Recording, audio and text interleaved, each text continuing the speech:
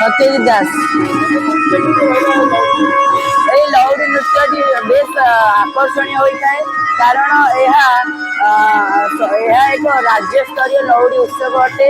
ଏବଂ ଏଠାରେ ନେମାଳ ଗ୍ରାମରେ ଅନୁଷ୍ଠିତ ହେଉଛି ଏବଂ ଆଜିକୁ ପ୍ରାୟ 32ତମ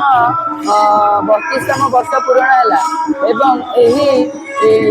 ଏଠାରେ ଅଚ୍ୟୁତାନନ୍ଦଙ୍କ ସ୍ଥାନ ଅଛି ଯିଏକି ଲୌଡ଼ି ଗୋପାଳ ଉଗାଳର ସ୍ରଷ୍ଟା ଏବଂ ଏହି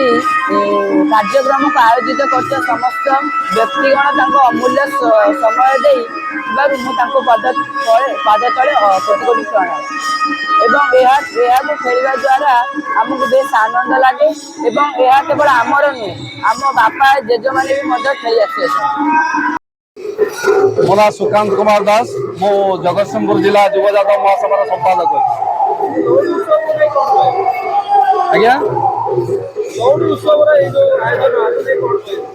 ଏ ଲୌଡ଼ି ମହୋତ୍ସବ ଆଜ୍ଞା ये दीर्घ दिन कथा आमर स्वर्गत श्यामसुंदर दास जे थे आमर पी साहेब हिसाब से सी यार गोटे परिकल्पना करते सभापति बर्तमान आम गोपीनाथ दास मौसा अच्छा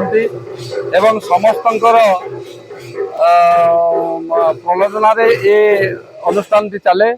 आमर दीर्घ 32 वर्ष धरी अनुष्ठान चली जाऊँगी आम गोटे प्रस्तुत बैठक एक मास पूर्वर कराए जागर दिन ठारू जो माघ शुक्ल एकादशी रे जो महाप्रभुंर जन्मतिथि ये आम प्रथम यही कथा को आलोचना को नहीं था सारा प्राय 7टी 8टी जिलार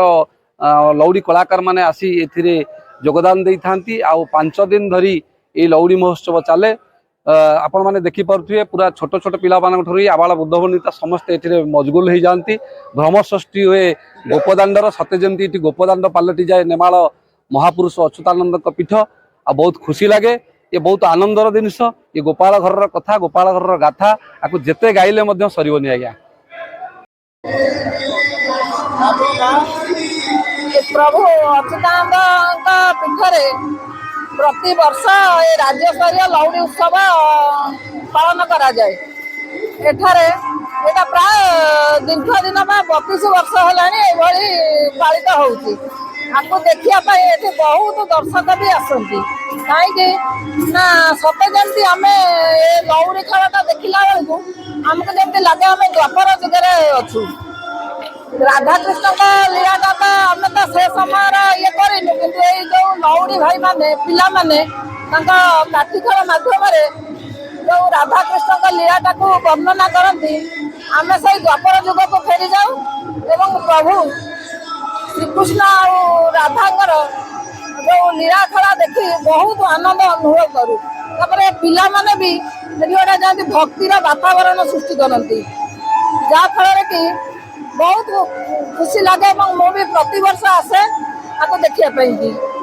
देखला मो मनरे भी गोटे से भक्तिर भावना जागृत हुए एवं मु द्वापर जुगर लीलाटा को वर्तमान ये महापुरुषों पीठे जमी अनुभव करे। कार्तिक चंद्र दास उपसभापति यादव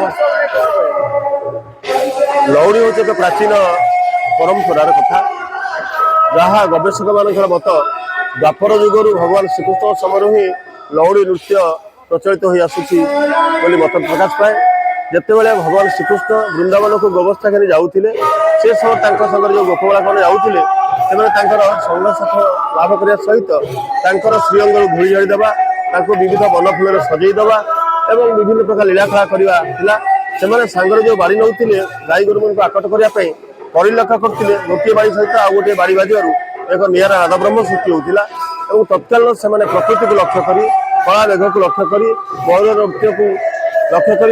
प्रकृति तत्काल सबुज को लक्ष्य कर अपना छाए स्वतस्फूर्त भाव में कंठर जहाँ निश्चित होता परवर्त समय लौड़ी गीत भाव में ग्रहण करागला और से समय लौड़ीर प्राचीनता लौड़ी संस्कृतिर कथा कहे प्राचीनतार कथा कहे परंपरार कथा कहे समाज को वार्ता दिए उच्चारण आचरण कथा कहे और समाज को श्रृंखलित कर सहायक बोली आम अनुभव करूँ आम